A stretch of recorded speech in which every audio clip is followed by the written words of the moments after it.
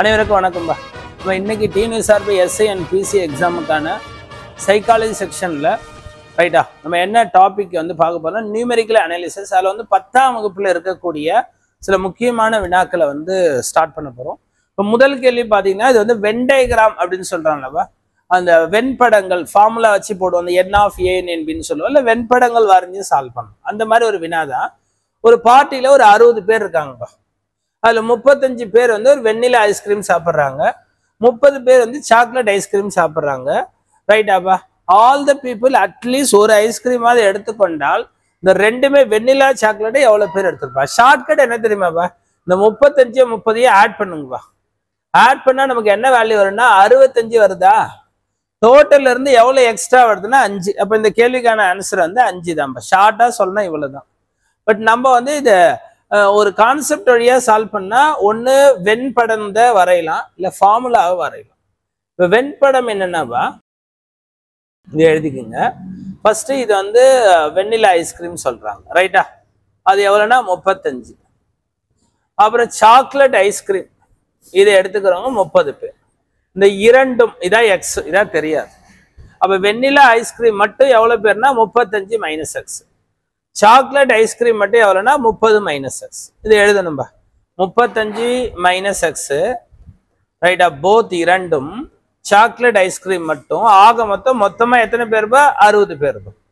இது ஆட் பண்ண 65 minus X plus X அடிச்சிருங்க. அப்போ எக்ஸ் ஈக்குவல் டு 65ல் 60 கழிச்சா 5 பேர். ரைட்டா? இந்த 5 பேர் தான் 2 வகையான ஐஸ்கிரீம்னு எடுத்துக்கிறாங்க அப்படின்னு நம்ம பார்க்கணும். ரைட்டா? அடுத்த கேள்வி வாங்க. இப்போ போன கொஸ்டின் நம்ம என்னவா கண்டுபிடிச்சிட்டோம்? ரைட்டா?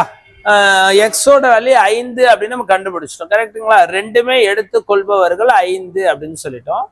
வெண்ணிலா ஐஸ்கிரீம் 35, சாக்லேட் ஐஸ்கிரீம் என்னப்பா 30.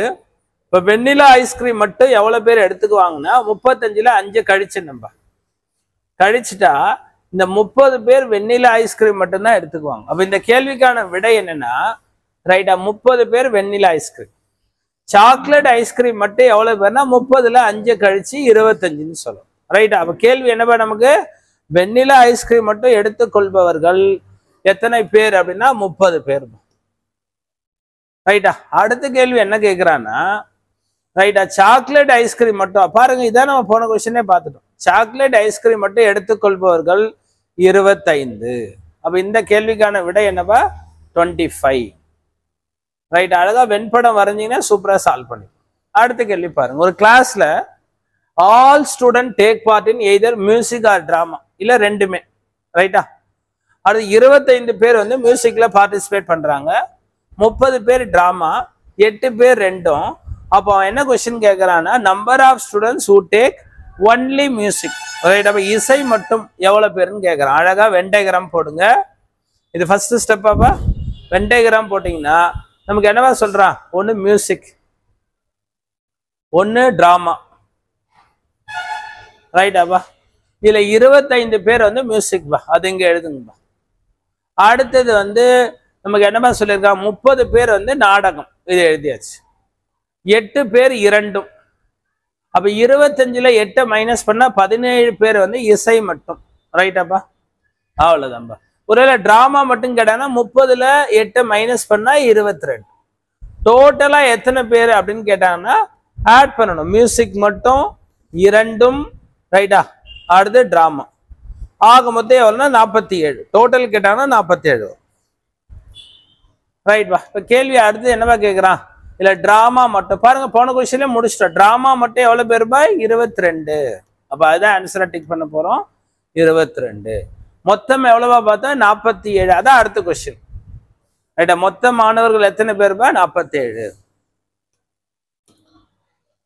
ரைட்பா? அடுத்த கேள்வி வாங்க. ஒரு எக்ஸாம்ல 50 விழுக்காடு மேக்ஸ்ல பாஸ் ஆயிட்டாங்கப்பா, 70 விழுக்காடு சயின்ஸ்ல பாஸ் ஆயிருக்காங்க, 10 விழுக்காடு 2 சப்ஜெக்ட்லயும் ஃபெயில் ஆயிட்டாங்க.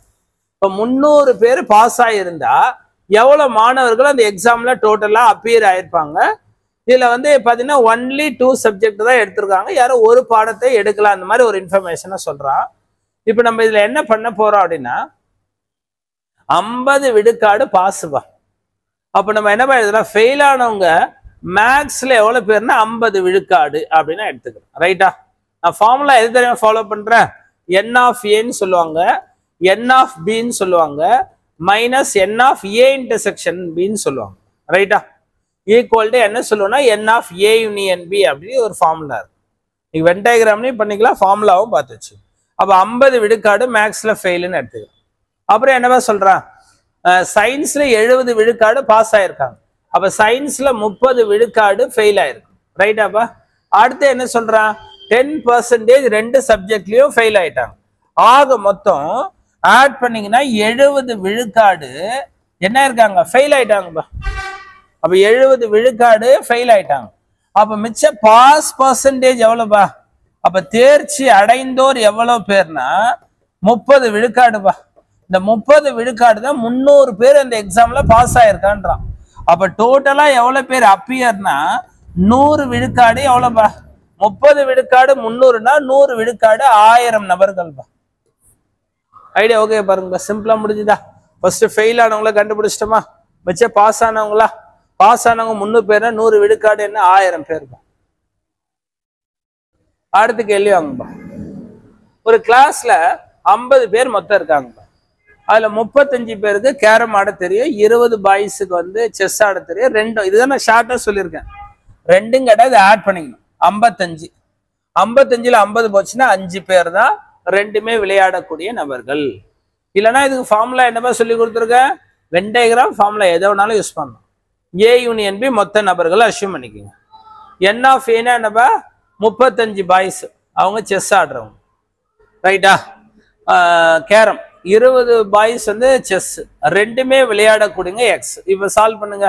55ல 50 மைனஸ் பண்ணா இரண்டும் விளையாடக்கூடிய நபர்கள் 5 பேர். பாருங்க, சிம்பிளா முடிஞ்சுதா? அடுத்த கேள்வி வாங்க. இதுல என்ன சொல்றான்? 40 விழுக்காடு லைக் ஒன்லி ஒன் ஃப்ரூட், ஒரே ஒரு பழங்கள் மட்டும். அது என்ன ஃப்ரூட்னு சொல்ல? ஆப்பிள். ரைட்டா? நம்ம ஃப்ரூட் சொல்றோம்ல, ஆரஞ்சு, மேங்கோ அப்படிலாம் அந்த ஓகேங்களா பழங்களின் வகைகளை சொல்லாம ஒன்லி ஒன் ஃப்ரூட்னு சொல்றோம். 35% பீப்புள் லைக் ஒன்லி ரைட்டா 2 ஃப்ரூட்ஸ்ன்றான். 20% லைக் ஆல் த 3 ஃப்ரூட்ஸ்ன்றான். அப்போ how many percentage of the people do not like any other? அதாவது இந்த 3 பழங்களையும் விரும்பாதோர். அப்ப அழகா சொல்லிட்டான். ஒரு வகை பழங்கள் பிடிப்போர் 40, 2 வகை பழங்கள் பிடிக்கும் நபர்கள் 35, ரைட்டா 3 வகையான பழங்கள் பிடிப்போர் 20. அப்ப ஆக மொத்தம் 95 விழுக்காடு நபர்களுக்கு இந்த 3 வகையான பழங்கள் குறைந்தபட்சம் 1, 2, 3. அப்ப 100 விழுக்காடுல 95 விழுக்காடை மைனஸ் பண்ணா மிச்சம் இருக்கக்கூடிய 5 விழுக்காடு do not like any one of the 3 fruits. அப்ப எந்த வகையான பழங்களையும் விரும்பாதோர் 5 விழுக்காடு அப்படின்னு சொல்லி. இது வென் டயக்ராம்ல வேணும், கிளியரா எல்லா இன்ஃபர்மேஷன் இருக்கு. ரைட் வா. இது வந்து நம்ம என்னன்னா ஒரு ரெகுலரான ஒரு ஐடியா. அதுக்கு முன்னாடி ரேஷனல் நம்பர்னா என்ன, இரேஷனல் நம்பர்னா என்ன? ரேஷனல் நம்பர்னா என்னவா? P/Q ஃபார்ம்ல எழுதலாம். ஒரு பின்ன வடிவத்தில் எழுத முடிந்தால் அவையெல்லாம் விகிதமுறு எண்கள் சொல்லுவாங்க. P/Q ஃபார்ம்ல எழுத முடியலன்னா அது √2, √3 சொல்றப்பா, இதெல்லாம் இரேஷனல் நம்பர்ஸ். இப்போ √4னா என்னன்னா 2 என்பது என்னவா? Rational number. ரைட்டா? அப்ப n என்பது நேச்சுரல் நம்பர். என்னோட வேல்யூ 1ன்னு எழுதலாம், 2ன்னு எழுதலாம், 3ன்னு எழுதலாம், 4ன்னு எழுதலாம், 5ன்னு எழுதலாம், 6ன்னு எழுதலாம். இந்த மாதிரி எழுதிட்டே போனா அது ரூட் எடுத்தா என்ன ஆகும்? இப்ப √1க்கு ரூட் எடுத்தா 1, அப்ப ரேஷனல் நம்பர்னு சொல்லலாம். √4க்கு ரூட் எடுத்தா 2, அதுவும் ரேஷனல் விகிதமுறு எண். ஆனா √2க்கோ √3யோ √5யோ √6 எடுத்தா பெர்ஃபெக்ட் ஸ்கொயர் இல்லை, சரியான வர்க்க எண் இல்லை. அதனால இந்த டெசிமல்ல போயிட்டே இருக்கும். நான் டெர்மினேட்டிங், நான் ரெக்கரிங், முடிவுறா மதிப்பு, சுழல் தன்மை அற்ற எண்களை விகிதமுறா எண்கள். அதனால ஆப்ஷன்ல மேபி ரேஷனல் ஆர் இரேஷனல். ஒருவேளை அது விகிதமுறு எண்ணையும் கொடுக்கலாம் அல்லது விகிதமுறா எண்ணையும் கொடுக்கலாம். அதனால இதான் சரியானது. 2 விதமான வாய்ப்புகளை உருவாக்கும்பா.